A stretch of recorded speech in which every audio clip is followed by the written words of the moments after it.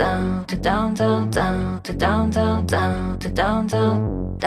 our modern world, we put celebrities on pedestals and we take great pleasure in ripping them down. Is Meghan to blame? Is it Harry? Have they been unfair to the Queen? It looks spoiled. It looks hypocritical. The goldfish bowl of royal life is not for everybody, and it clearly wasn't for Meghan Markle. She felt stifled in the royal family, and she was determined that she was going to do it her way, and my goodness, she has done. Harry and Meghan will make an insane amount of money. Together, they are the most potent royal couple in the world. People welcomed her in. She was a star. It was the Markle sparkle. And all the stuff with her family, her father. I'm really disappointed I haven't seen my grandson. They want to say it's the media's fault. They want to say that it's Harry's fractured relationship with his brother. Then it became the diva Duchess. Why is she a diva? Why? Was she pulling Harry out? Did she force his hand? Pick your villains, pick your heroes. They're all there. Do you think they walked away or were they pushed away? Maybe they just looked around at the rest of the royal family and just thought, that's not what we want. This hasn't led to a happy ending. Tonight, an ABC News special, Royal Divide, Harry, Meghan, and the Crown, with Deborah Roberts. The royal family continue to deliver new storylines that we've not experienced before. Once Meghan and I were married, we were excited, we were hopeful, and we were here to serve. For those reasons, it brings me great sadness that it has come to this. This is a great story. The decision that I have made for my wife and I to step back is not one I made lightly. It was so many months of talks after so many years of challenges. Hang on, Harry. Where are you going? You're great. They're all family without you. No, don't do it. Harry has abdicated from his royal role. It was everywhere and it went around the world in an instant. Principe Harry y Meghan. I mean, this is like something straight out of The Crown. You reap what you sow, sister. A family fighting, two brothers butting heads. Maybe the in-law women don't get along with each other. Their grandmother's getting frustrated. Dad doesn't know what to do. Hello? That goes on in every house. That's what makes this so good. We have chosen to make a transition this year in starting to carve out a progressive new role within this institution. The palace were in utter panic mode. You take Prince Harry out of the royal family, you're taking the jewel out of the crown of the royal family. This was a complete shocker. What is the mood there in London right now? I thought, oh my God, they've quit? We now plan to balance our time between the United Kingdom and North America. And I know I haven't always gotten it right, but as far as this goes, there really was no other option. It was kind of dropping a nuclear bomb in the middle of the Queen's lap. And then all of a sudden, it was like, whoa, nobody in the royal family knows? This is like dysfunctional beyond belief. Some of the people that were there cheering them on the day of the wedding feel like this was a step too far. They put it out on Instagram, having just returned from a 6-week break in Canada. A couple that we knew weren't happy. Realising, having a glimpse of what life could be like outside of the bubble in London, and saying, you know what, we're going to do this. This is what we want to do. They've come across as rather precious, spoilt millennials, throwing the toys out of the pram because it's not exactly what she wanted or they wanted as a couple. Harry and Meghan, in the eyes of the public, said, oh, actually, we just want the good parts. And we don't want to do all of this sort of boring pomp and pageantry. The public doesn't want them on yachts in the south of France with Elton John, because that's not what it means to be royal here. She probably has the sort of fairy tale view that we have, only to find that once she becomes involved with Harry, it's not a fairy tale. They started to get a lot of criticism about the way they were living their lives. Were they just being naive? It's not all palaces and fast cars and lots of money. It's the gilded cage. In the end, it's not about you, it's about anything you can do to support the Queen, who's the head of state. For Prince Harry to make the decision to say, I'm stepping back, I don't want to be a royal, that is an enormous slap in the face for the royal family as an institution itself.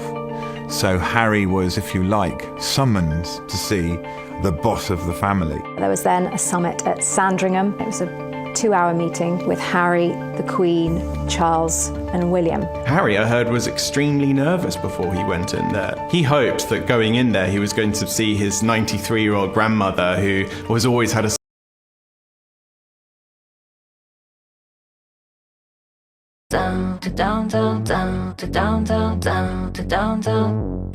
In our modern world, we put celebrities on pedestals and we take great pleasure in ripping them down. Is Meghan to blame? Is it Harry? Have they been unfair to the Queen? It looks spoiled. It looks hypocritical. The goldfish bowl of royal life is not for everybody, and it clearly wasn't for Meghan Markle. She felt stifled in the royal family, and she was determined that she was going to do it her way, and my goodness, she has done. Harry and Meghan will make an insane amount of money. Together, they are the most potent royal couple in the world. People welcomed her in. She was a star. It was the Markle sparkle. And all the stuff with her family, her father. I'm really disappointed I haven't seen my grandson. They want to say it's the media's fault. They want to say that it's Harry's fractured relationship with his brother. Then it became the diva Duchess. Why is she a diva? Why? Was she pulling Harry out? Did she force his hand? Pick your villains, pick your heroes. They're all there. Do you think they walked away or were they pushed away? Maybe they just looked around at the rest of the royal family and just thought, that's not what we want. This hasn't led to a happy ending. Tonight, an ABC News special, Royal Divide, Harry, Meghan, and the Crown, with Deborah Roberts. The royal family continue to deliver new storylines that we've not experienced before. Once Meghan and I were married, we were excited, we were hopeful, and we were here to serve. For those reasons, it brings me great sadness that it has come to this. This is a great, great story. The decision that I have made for my wife and I to step back is not one I made lightly. There was so many months of talks after so many years of challenges. Hang on, Harry. Where are you going? You're great. They're all family without you. No, don't do it. Harry has abdicated from his royal role. It was everywhere and it went around the world in an instant. Príncipe Harry y Meghan. I mean, this is like something straight out of The Crown. You reap what you sow, sister. A family fighting, two brothers butting heads. Maybe the in-law women don't get along with each other. Their grandmother's getting frustrated. Dad doesn't know what to do. Hello? That goes on in every house. That's what makes this so good. We have chosen to make a transition this year in starting to carve out a progressive new role within this institution. The palace were in utter panic mode. You take Prince Harry out of the royal family, you're taking the jewel out of the crown of the royal family. This was a complete shocker. What is the mood there in London right now? I thought, oh my God, they've quit? We now plan to balance our time between the United Kingdom and North America.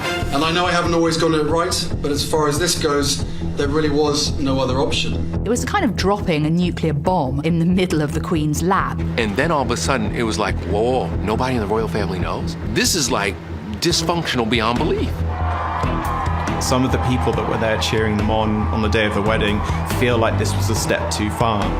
They put it out on Instagram, having just returned from a 6-week break in Canada.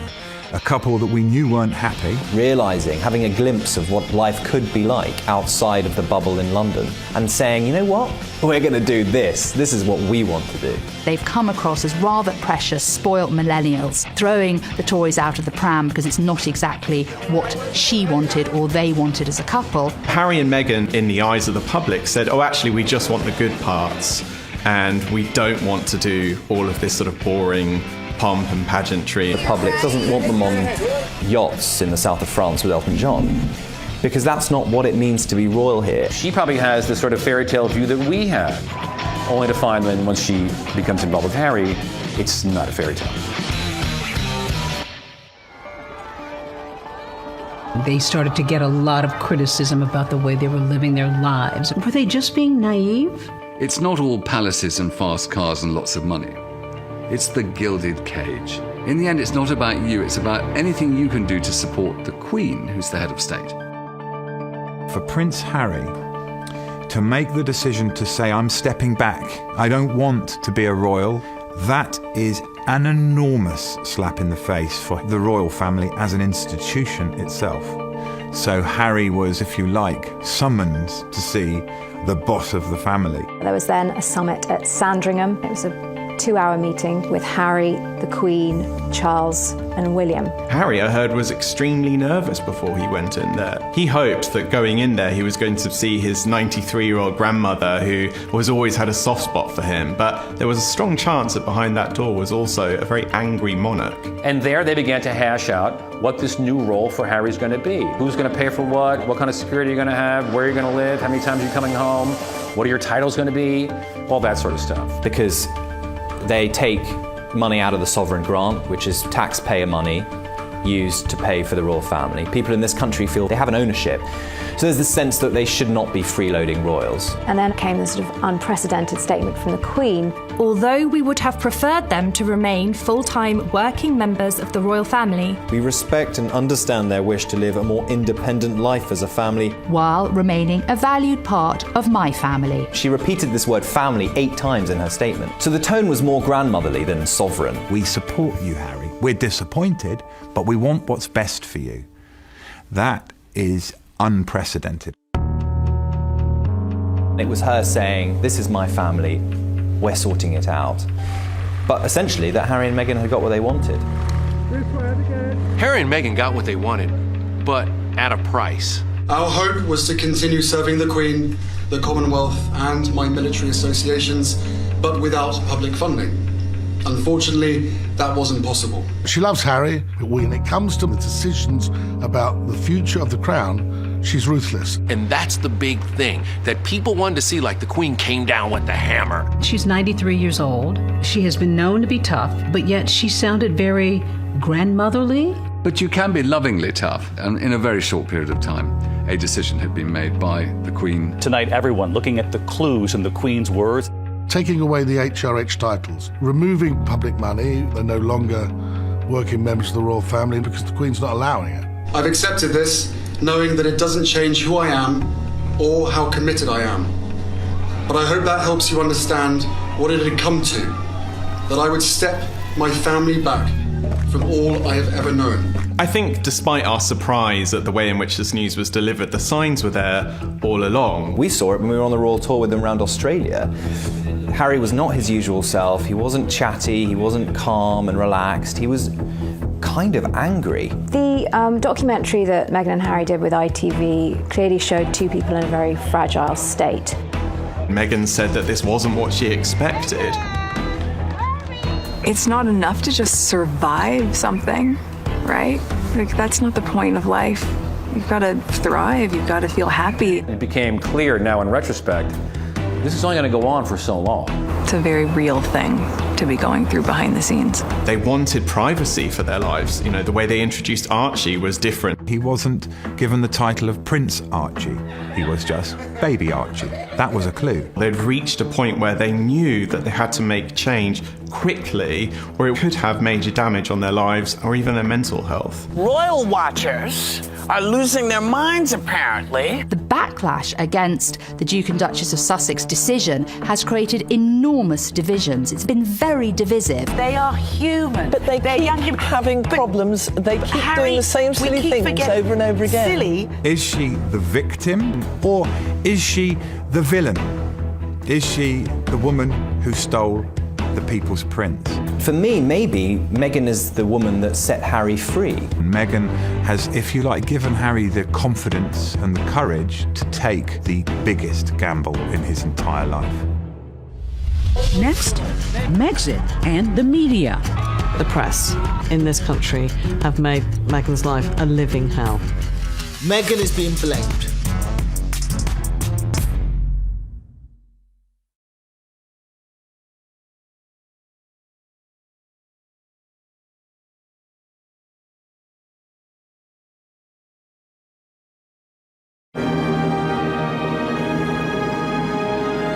It seems almost 1,000 years ago, from May of 2018, when Meghan and Harry got married. It was this beautiful spring day. And their idyllic wedding was just typical of the British sort of adoration for them. It was so magical. And I'm a dude, and I was still caught up, swept deep in what happened that day. They seemed incredibly in love, and maybe more importantly, the public seemed very much in love with them. When 2 billion people watched them get married on television, people welcomed her in. She was a star. It was the Markle sparkle. But almost immediately after the doors closed on the church, the relationship between Meghan and particularly the British press began to sour. I just think she's a slight social climber, I'm afraid. Meghan spent more than £1 million just on her clothes. Meghan Markle just can't seem to hold on to employees. And they started talking about her being demanding, spending too much money, not caring about her royal duties, bossing Harry around. And over time, Harry and Meghan became very sensitive to these stories. We now live in an era where one negative story can become thousands of negative stories within minutes. There's the expensive wedding, there's the American expensive baby shower, and there is the renovation of a place called Frogmore Cottage. The royals are not celebrities, they're public servants. They're paid for by the British taxpayer. But then they took $3 million of public money to renovate Frogmore. That was controversial. What was even worse was then when they started to be preaching about doing our bit to save the planet. It's a race against time, and one in which we are losing. There was Harry on one hand who was talking about climate change. No one can deny science. But then, in the other, he was going on private jets to attend Google summits in Italy. I think the idea of being carbon footprint crusaders and then turning up in your private jet, that's shooting fish in a barrel for the press. Don't do that, it's dumb, right? So it's diva-ish behavior, basically, that the British press is accusing them of. And then when Archie was born, it was very strange that there was this kind of secrecy around the birth. People are scratching their heads going, why are you being so cloak and dagger? The Princess of Hugs is now saying, step away from me, like this is private, this is only about me. Funny that, because her wedding wasn't only about her. There was uproar in the British media about them not doing the grand moment on the steps of the Lindo wing like Kate did. She just had this baby. She's sitting in the hospital and she's like, you want me to go out there and do the dance for the press? Not happening, my brother. How much of a big deal is this? Ordinary people share the photos of their kids too.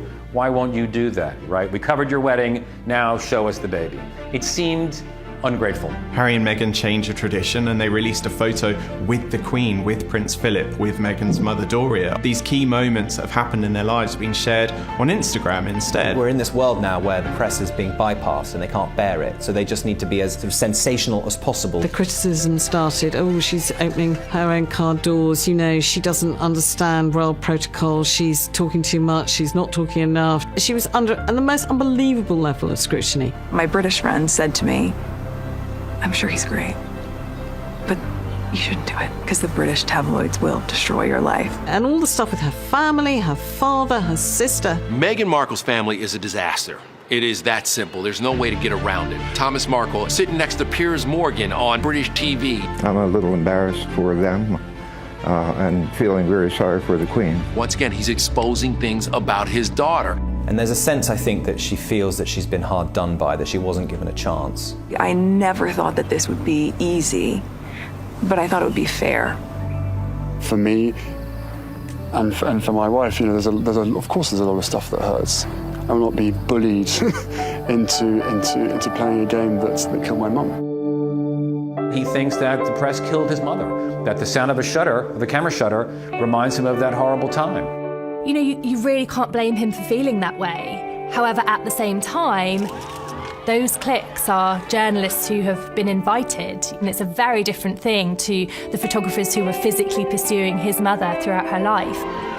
I think he's terrified for Meghan. And there was an element right at the bottom of this, when you boil it all down, of a loving husband trying to protect his wife. I spoke to Harry a few days ago. He has suffered a lot from all of the things that have happened to him. He suffers a lot from people judging him. There is validity to the idea that the press have hounded Harry and Meghan. Diana was literally chased into a tunnel and died. I don't think they've been any worse than they were during the Diana years. Princess Diana was actually physically hounded by the paparazzi. They had cameras in her face, they were chasing her down the street. Nothing like that has happened to Harry and Meghan. When you continue and constantly see and hear negativity, it can be overwhelming. You can feel powerless and lost. You can feel different, confused, or like you don't belong. There's been a big conversation about the coverage that Meghan gets versus what Kate gets. But Kate, in her day, Happy birthday, Kate. she was hounded. She was the most photographed woman in the world for quite a number of years. When she was just a girlfriend, the tabloids were relentless. But the difference is with Kate is that when she got married, suddenly she could do no wrong and the papers backed off. With Harry and Meghan, she's still painted out as the villain. She is still Duchess difficult. And that's a narrative that the tabloids absolutely adore. We've got perfect Kate, trashy Meghan. The list of complaints against Meghan is astounding. She made avocado toast for a friend who was visiting, and he put it on Instagram, and then suddenly the headlines were about how she is contributing to climate change and unfair labor practices, and she's choosing end of the world. Yeah. But when Prince William bought Kate an avocado for her morning sickness, oh, that's wonderful. What a wonderful, loving husband. And once again, you see the difference in the way the press treated those two women. You only need to look at some of the coverage that has called Kate a fashion icon for wearing a strapless dress, but then called Meghan vulgar just a few weeks earlier. Vulgar. Her fashion choices raise many eyebrows. It's a disgrace. And it's these sort of discrepancies that have made it quite difficult to understand what it is that the British press have had in for Meghan. So, yeah, I can understand why he's blaming the media, because the media are to blame. Do you think race played a big part here? We saw it in the British press. You know, these tones, these words being used as exotic, or Harry's new girlfriend straight out of Compton. When people say, that's not a racial undertone, that's just racist, isn't it? Let's be honest. She was brought up nowhere near Compton. She's from Los Angeles. She went to a private school in Hollywood. All the coverage of her is not as one of us, but of this strange, exotic being. She's not the all-white, all-wholesome girl that Kate is. He sees what his wife is going through now. And this is all very, very raw with him. Now, Meghan is being blamed. Blame the black woman. She's separated Harry from his family. The reason that they didn't want any press pictures of Archie after he was born, because they knew perfectly well that all the press wanted to know was, what colour was he? A BBC host had the guts and boldness to tweet a picture comparing Archie to a chimpanzee. If you listen to every single excuse that was given, but he didn't mean it, it was a joke. It was racist. And not one member of the royal family said anything to support or defend her. I think both of them felt very alone towards the end of their time in the firm. When we come back, Meghan and the royal reality. The royal family is not kombucha at your door at 4 o'clock in the morning. It's stale sandwiches and white bread. That is what the royal family is.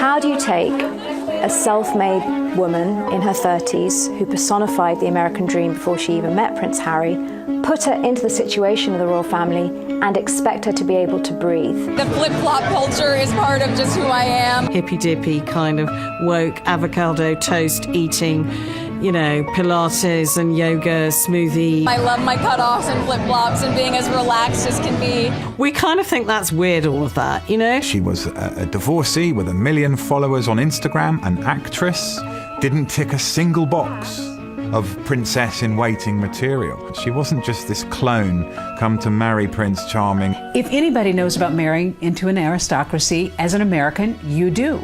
Are there rules? Is there a rule book when you start to enter this world of nobility? And America, we love the royal family and we love the aristocracy, so of course we must know how it's done. Table manners, like 6 forks, 6 knives, 3 spoons, 4 glasses, and that's what Meghan has had to go into.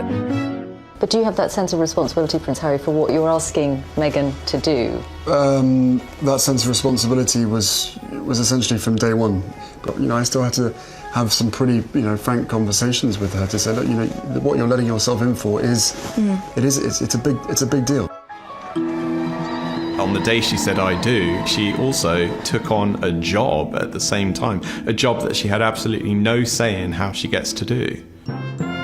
The whole reason that the House of Windsor has survived is that it's essential that the spotlight is on the monarch and the heir apparent, and any other member of the royal family who tries to take too much oxygen away from the Queen or the heir has found themselves getting into difficulties. I would argue that it looks like it's a very hard place for a modern woman. Being a part of this family and the platform that comes with that is an incredible responsibility that I take really seriously. I think the way Meghan tried to work in the palace didn't fit in with how other members of the royal family worked. I know aides who have one meeting a month with their principals. Harry and Meghan were popping in and out of the office almost every day for briefings and updates. I think they felt that she'd come in and, kind of be a sleepy little royal. But Meghan was like, no, I need to know the people, the places, I'm going to talk to people, I need to know nationalities, I need to know languages. There have been reports that she comes to meetings with tons of questions and binders, that she does the work ahead of time. She's aggressively emailing her staff at 6 a.m. She couldn't do anything right. Now, if every American got in trouble because they sent emails too early in the morning, I'm like, isn't that what you're supposed to do? Women don't need to find a voice. They have a voice. They need to feel empowered to use it.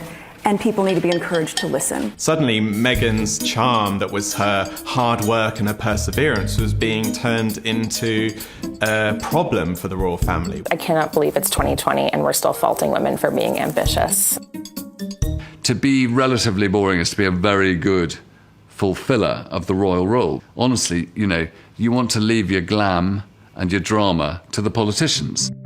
The characters that do well in the royal family are those stoic characters who really live to serve, who put their head down. Camilla, who supported Charles amazingly. Kate, who is now an absolutely wonderful queen in waiting. She was incubated into being a princess. She's learned never say anything, always smile, always have lovely hair. You're done. Now, I think we, as a country, have to think, well, is that what we really want from our royal women? We want them to be Stepford wives? Really?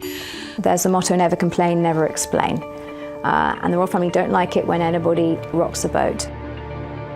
That was always Diana's problem. It was isolating, but it was also a situation where you couldn't indulge in feeling sorry for yourself. You had to either sink or swim. And you had to learn that very fast. And what did you do? I swam. When the BBC Panorama interview aired, that was a seismic moment for the monarchy. You could not believe that here was one of the most prominent members of the royal family spilling the most intimate details of her life on national television. But you really believe that it was out of jealousy that they wanted to undermine you? I think it was out of fear, because here was a strong woman doing her bit.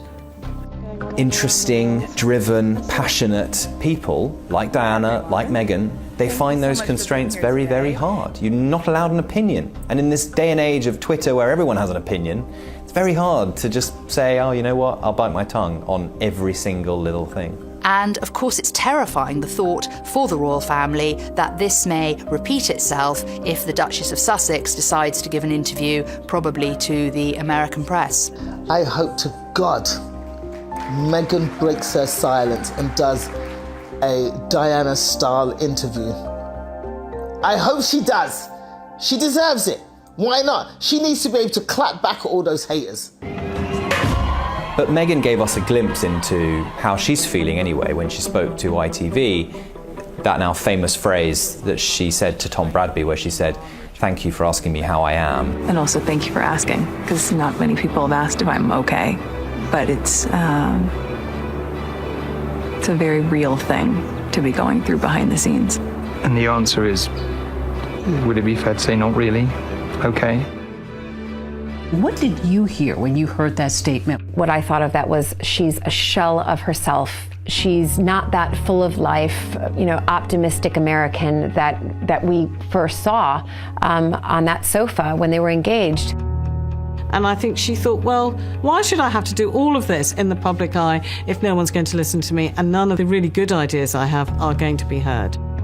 I think we feel that she had this immense privilege and she's almost sort of thrown it back in our faces because it wasn't exactly what she wanted or expected it to be. They've brought diversity into the royal family. They've brought an American into the royal family, a divorcee. They've shown that they can be modern and inclusive. And yet within 2 years, Meghan can't hack it. There was going to be this clash between a family wanting to bend her into place and her wanting to change them. So yes, maybe Meghan hasn't succeeded in totally revolutionising the royal family, but they haven't succeeded in bending her into place. Next, Harry, a reluctant prince. And during that period of frustration, did you ever wish that you weren't a prince? I wish that quite a lot, actually.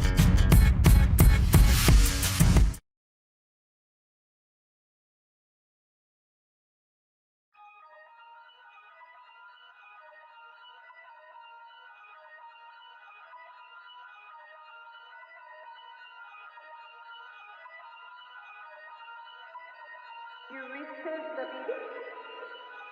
Oh my god.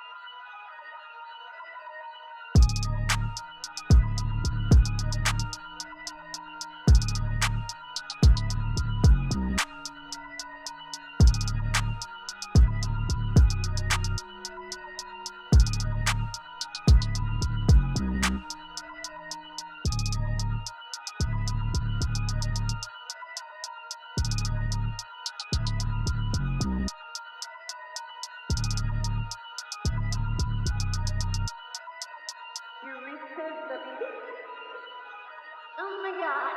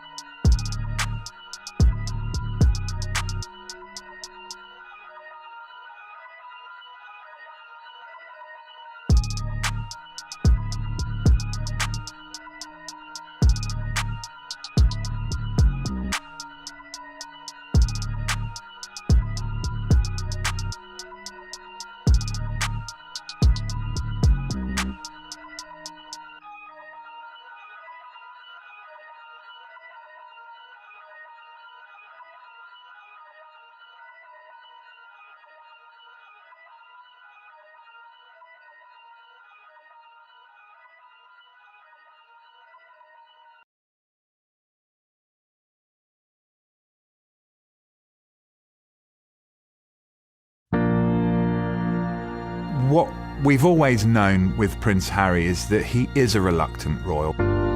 You can take the prince out of Harry, but you can't take the Harry out of Harry. I want you to hear the truth from me, as much as I can share, not as a prince or a duke, but as Harry, the same person that many of you have watched grow up over the last 35 years, but now with a clearer perspective.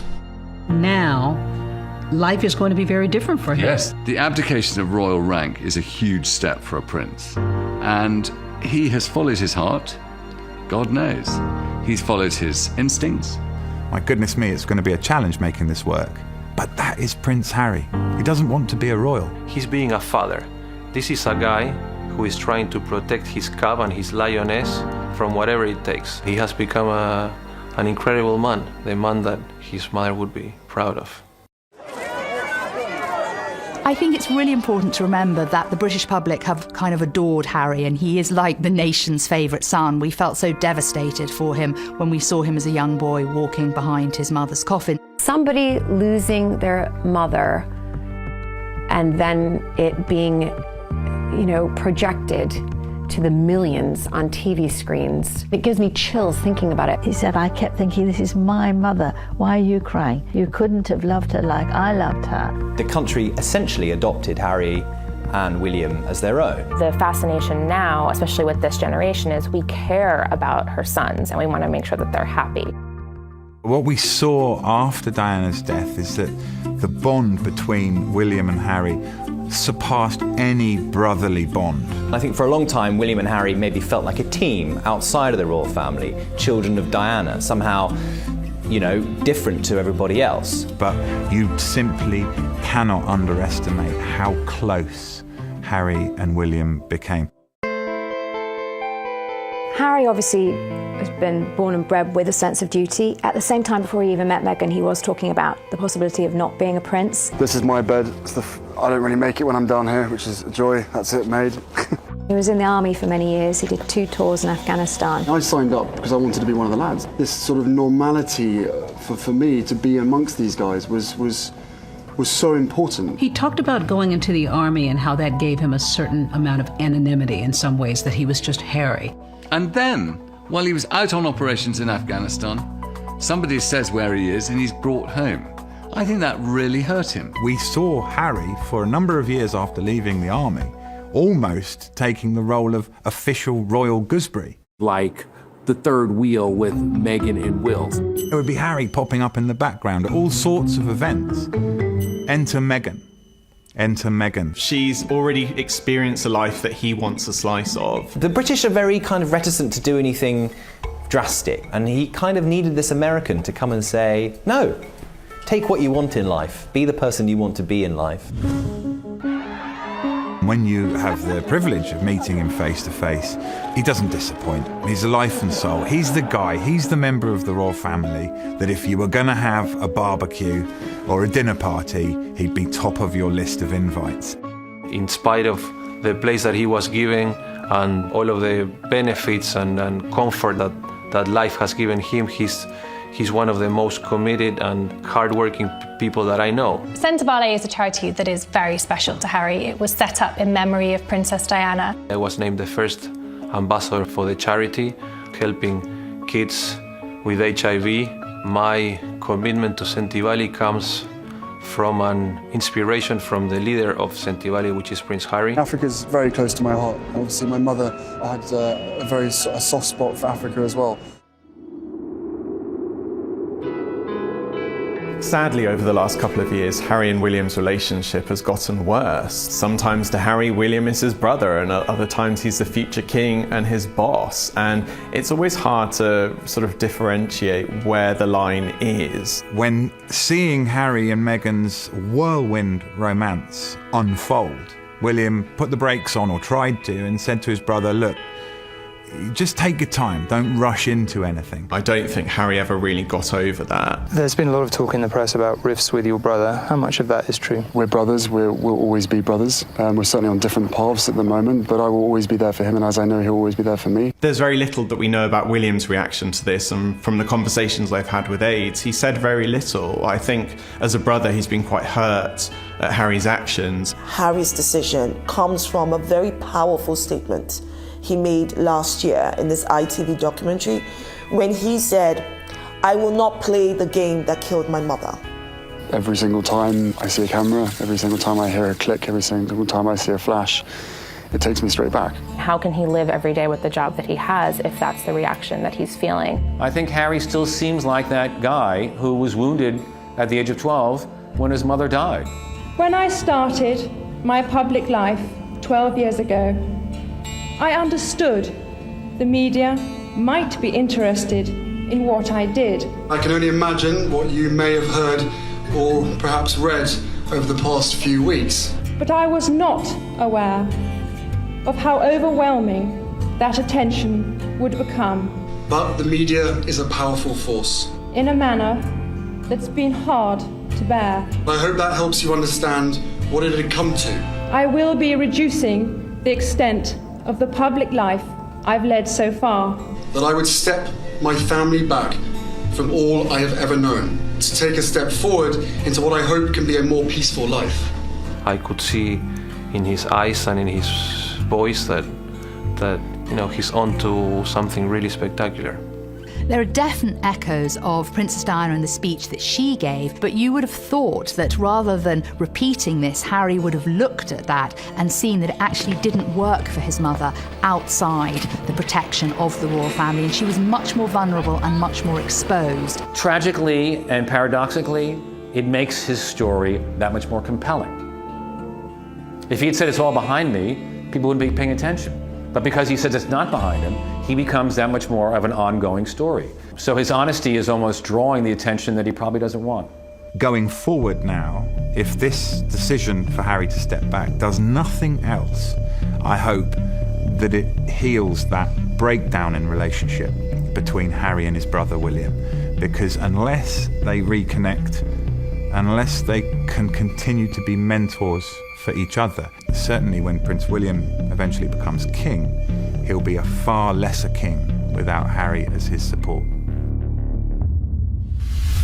Coming up, Harry, Meghan, and money. Who's going to pay for their security?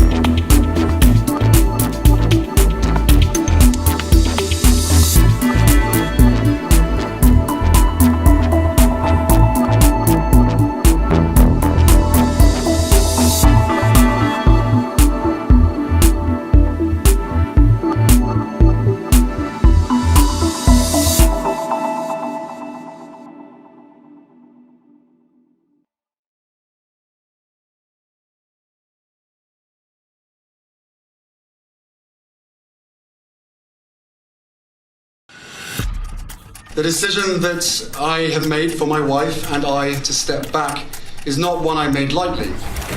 The breakaway royals, Meghan and Harry. Meghan has left the UK and now returned to Canada. We are taking a leap of faith, so thank you for giving me the courage to take this next step. Do you think they walked away or were they pushed away? I think they walked away. I think they had enough. This is the start of a whole new adventure for the Sussexes, for Harry and Meghan, and their ability to choose to give Archie exactly what kind of life they want for him.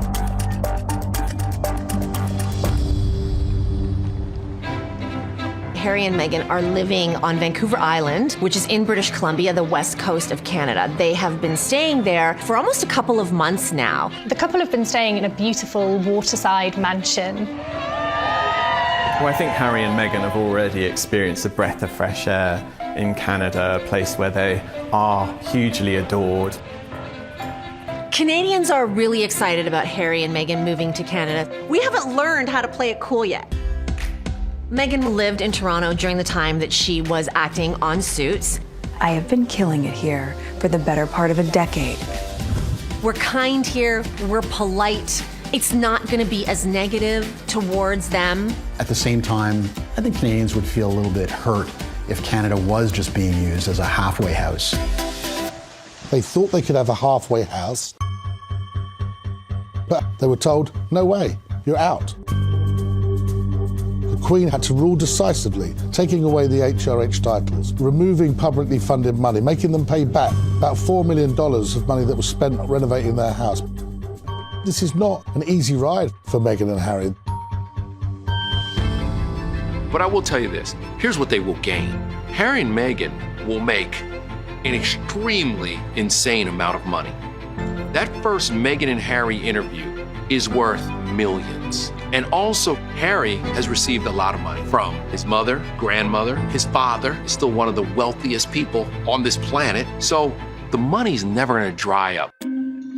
What I hope will happen is they will use their celebrity, they will use their charm and good looks and whatever to raise money from people all over the world. I think that him and Meghan together, from that platform that they are creating, are going to be very important in the history of making the world a better place. Meghan and Harry's decision to step away from the royal family only enhanced their brand potency. They're now famous and culturally symbolic in a way that no other royals have ever really been. The problem that the Queen has is she has to protect the royal brand, and it has immense prestige. Yeah, there have been huge conflicts of interest when royals have tried to monetize the brand. I'm so unconventional that instead of serving tea, I serve ocean spray granapple juice drink. We've had Fergie with some rather strange commercial adventures. 我是 Peter Phillips. If Peter Phillips, the grandson of the Queen, is allowed to go to China and film a milk commercial, I think Harry and Meghan getting involved in philanthropic-related projects for Netflix or Apple TV is not going to be a problem. I don't think Prince Harry means he's going to become a brand ambassador for Rolex. Harry can still raise all the money he needs for Africa and the Invictus Games. Meghan can do all the things she wants to do now on a regular basis. She can be Angelina Jolie, a nice version. The last remaining question for Canadians is who's going to pay for their security? Canadians are very particular about taxes and money and where it's going. Estimates for Harry and Meghan's security have come in at anything from $1.3 million to $8 million. Everybody's talking about, will they be able to pay for their security? You're damn right they'll be able to pay for their security. And they could pay for yours too. I think that actually Harry and Meghan are going to get into more difficulties with paparazzi. There'll be less of an organised structure around them every time they go to an event. We saw it with Harry's mother, Diana, Princess of Wales. Photographers chase Diana, not to get a picture of Diana. They chase Diana to get a picture of Diana in her current emotional mood. That's what's going to go on with Meghan. At every single moment in their lives, whether it's the first major commercial deal or their next child, every single moment will be tracked. The idea that by somehow stepping back from the royal family, they're going to somehow regain control of their privacy is tragically a fool's errand. That's just not going to happen. In fact, it's going to get worse. UK photographers have traveled and camped out in Vancouver Island for weeks now, so they still will be photographed in Canada. He wants to live a normal life, as normal as his life is going to be, right? Because when you have 1,000 paparazzis outside your house in Canada waiting to get one picture of your son, that's not very, very normal. Next, a monarch and her grandson. Would the British public welcome them back? I think the British public will always welcome Harry back.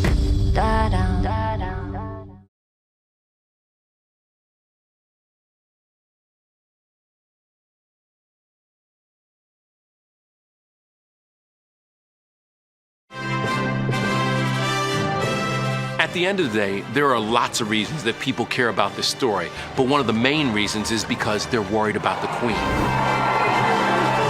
Long live the Queen. We love the Queen. Your Majesty, you look beautiful. This is a human story. The Queen is 93 years old. Her husband, Prince Philip, is 99 this year. He's not been at all well recently. She's had to cope with that. She's had to cope with Brexit. She's had to cope with Prince Andrew and all those dramas at the end of last year. But don't forget, this is a woman with a lot of experience, and I don't think people should worry too much. She has been through a lot. Seeing 3 of her children go through divorce, seeing her 2 grandsons lose their mother, this on a scale of tragic events in the royal family is very low down. Who won in this issue? Harry and Meghan or the Queen? I think everyone won. And the reason they all won is that you don't walk away from any negotiation with everything that you want. The Queen looks like she dropped the hammer on them. Harry and Meghan have gotten out of a system they don't want to live in anymore. They've gotten everything they want. Very sweet. Nice to meet you. To now have spokespeople living in another Commonwealth country, Canada, where the Queen is also the Queen, it's actually a win for the royal family. Are they still considered royals at this point? Harry was born into the royal family, and in a sense, that blood tie will continue ad infinitum. But his royal rank, which is his princely appointment, has been put into suspended animation. Going forward, they don't have that kind of ethereal, everlasting, eternal magic that the royal family gives you. The Queen seemed to intimate that in about a year's time, we will see how this is all going. Is this kind of a trial separation, as it were? Well, I think there's a view that they will come back to look at how it's working in a year's time. I think we'll look back in 6 months' time and realise that not much has actually changed. They're obviously trying to do the best for their marriage, their best for Archie, for their son. But Harry does love his family. The important thing to remember is that the Queen is a grandmother and she has so much love for her grandson and he adores her, and that bond will stay.